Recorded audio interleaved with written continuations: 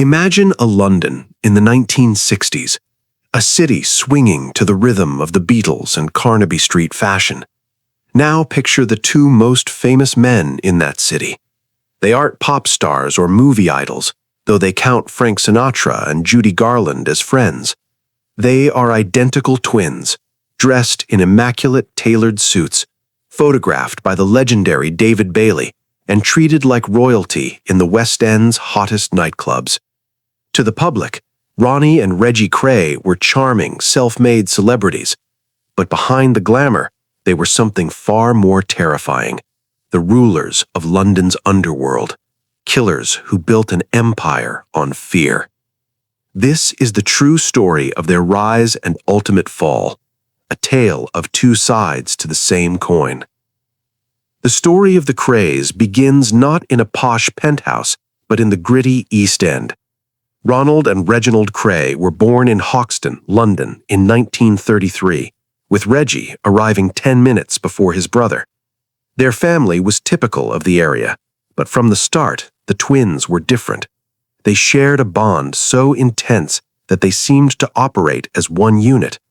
Their mother, Violet, was the center of their world, and she spoiled them, encouraging a belief that they were special and above the rules that applied to other children. Their father was often absent, leaving the twins to be raised on the streets, where they quickly learned that power belonged to the toughest. As teenagers, encouraged by their grandfather, they took up amateur boxing, a sport at which they both excelled. Reggie, in particular, was good enough to turn professional, but their path was already being paved with violence rather than trophies.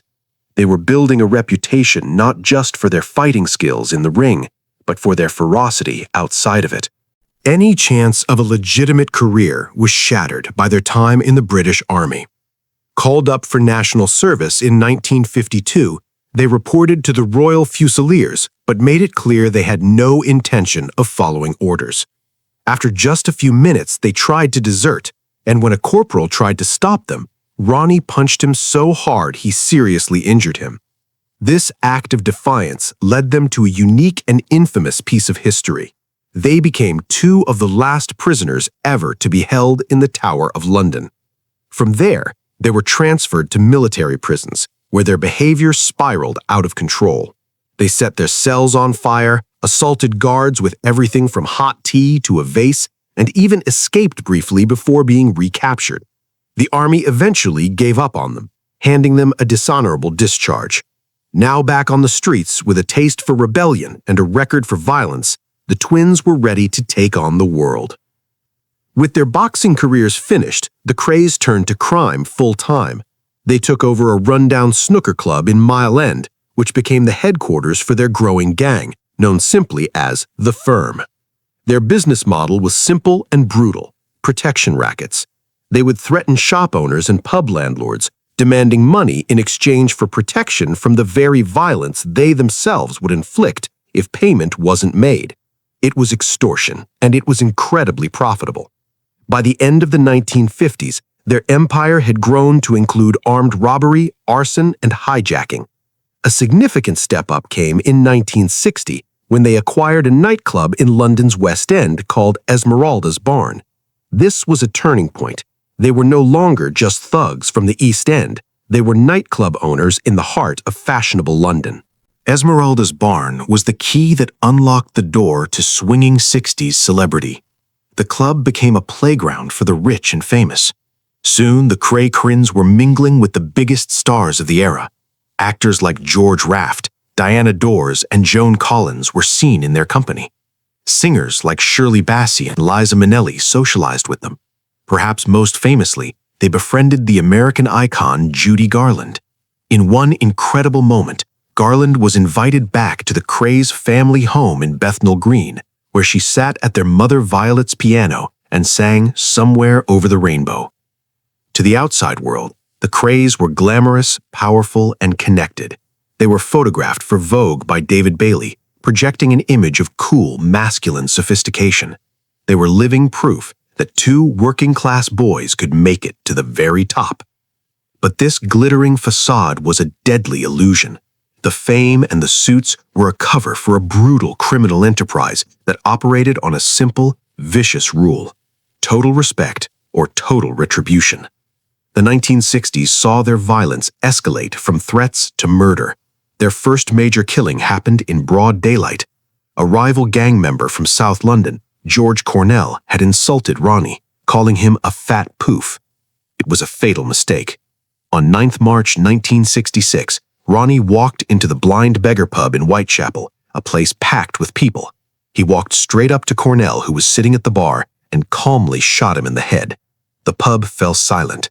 Ronnie and his associates then walked out, leaving a dead man on the floor. Incredibly, when the police arrived and asked the dozens of witnesses what happened, no one had seen a thing. The fear of the craze was so absolute, it kept an entire room full of people silent. The second murder was even more chilling, as it revealed the violent fracturing within their own ranks. A minor member of the firm, named Jack the Hat McVitie, had failed to carry out a hit job. Reggie was ordered to deal with him. In October 1967, McVitie was lured to a basement flat in Stoke Newington under the pretense of a party. When he arrived, Reggie tried to shoot him, but the gun jammed. In a fit of frenzied violence, Reggie picked up a carving knife and stabbed McVitie repeatedly, murdering him in cold blood. This was different from the Cornell murder. McVitie was one of their own. The murder horrified many members of the firm and created a sense of unease and instability.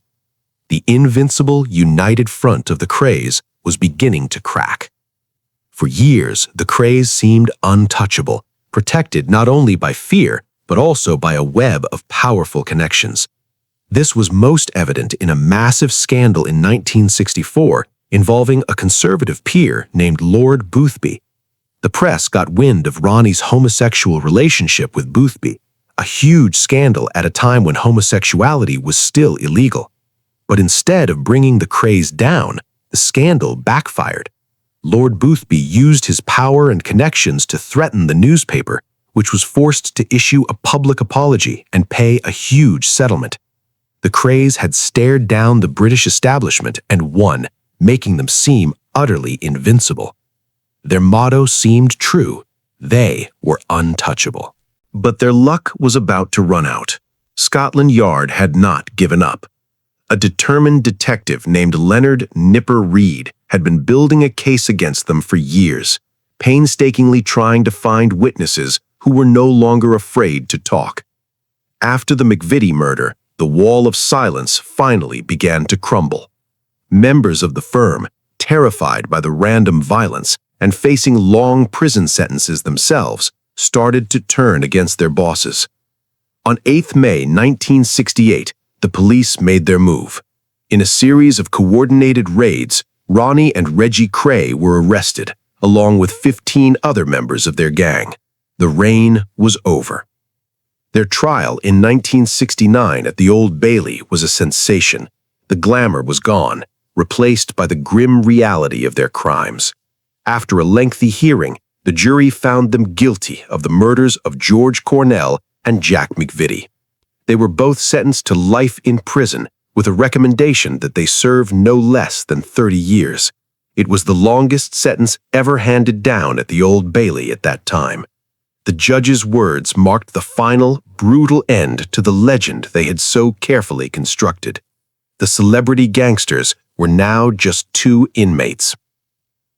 Ronnie Cray spent the rest of his life in custody. Diagnosed with paranoid schizophrenia, he was eventually moved to the high-security Broadmoor Hospital, where he died of a heart attack in 1995 at the age of 61. Reggie served his time in various prisons. He was released on compassionate grounds in August 2000, just 8 weeks before he succumbed to cancer. He was 66 years old. When Reggie died, it was a final, strange twist in their story. Celebrities once again lined up to pay tribute, with stars like Roger Daltrey and Barbara Windsor sending wreaths. Thousands of ordinary people lined the streets of East London for their funerals, cheering them as if they were heroes. To the very end, the craze remained an enigma, brutal killers on one hand and legends of London on the other.